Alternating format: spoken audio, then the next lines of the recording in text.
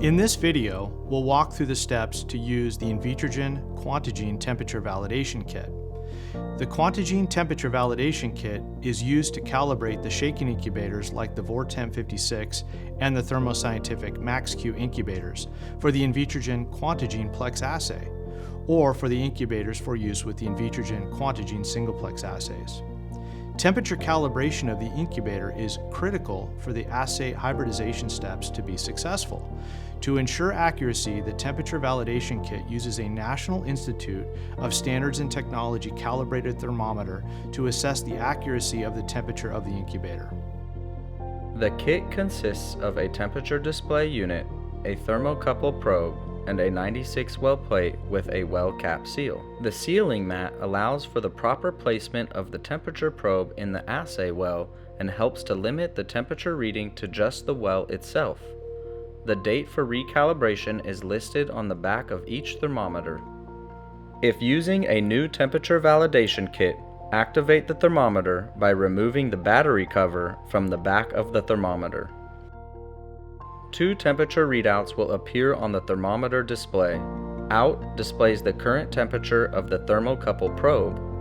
In displays the current temperature of the display environment. Make sure that the sealing mat is securely attached to the plate by firmly pressing the seal into each well. Secure the thermometer probe into a center well of the mock hybridization plate, ensuring that the probe is touching the bottom of the well. There are two required temperature incubations for the QuantiGene assays. QuantiGene Plex assays require both 54 degrees Celsius and 50 degrees Celsius, whereas QuantiGene Singleplex assays require 55 degrees Celsius and 50 degrees Celsius. Begin by turning on the incubator and set to the first required temperature. For shaking incubators used for QuantiGene Plex assays, be sure to activate the shaking function, as the temperature should be verified while the plate tray is in motion. Use 600 RPM for the Vortemp 56 and 300 RPM for the Max-Q 4450. If using a Vortemp shaking incubator, place two inverted 96 well plate lids on the plate shaking tray as shown here. If using a Max-Q shaking incubator, inverted plate lids are not required. For the purpose of this demonstration, we will show you how to calibrate the Vortemp 56 shaking incubator. Place the thermocouple assembly inside the pre-warmed incubator where you will place your QuantiGene assay plate. Keep the thermometer display outside of the incubator. Allow the thermocouple assembly to sit in the incubator overnight to reach equilibrium. Adjust the temperature of the incubator to achieve the desired temperature displayed by the temperature calibration display. The set point can be as much as 4 degrees Celsius different than the actual temperature displayed by the temperature validation kit. Record the set point and actual temperature displayed by the temperature probe once equilibrium has been reached. Complete these steps for each temperature setting required for the assay, and repeat this process for both positions in the Vortemp incubator. If using the Max-Q incubator, repeat the same process at various locations for the plate within the incubator. Next, we will show you how to calibrate a non-shaking incubator that is used for the QuantiGene Singleplex assay.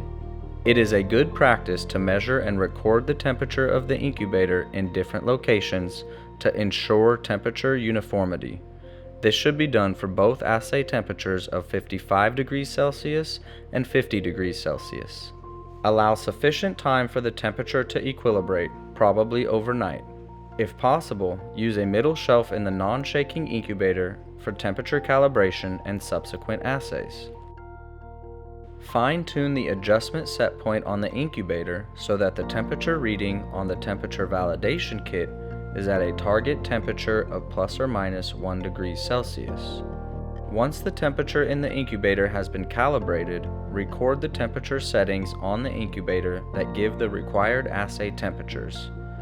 Check the temperature of the incubator at least once a month. A good practice is to leave the thermocouple mock hybridization plate assembly in place while running an assay. Be sure to have a fresh battery available, especially if it has been a few months since the calibration kit was first used. Here is a comparison table of different parameters related to the various incubators mentioned for QuantiGene Singleplex and Plex assays. Thank you for watching this video. To find out more information about QuantiGene Singleplex and Plex assays, visit thermofisher.com/QuantiGene.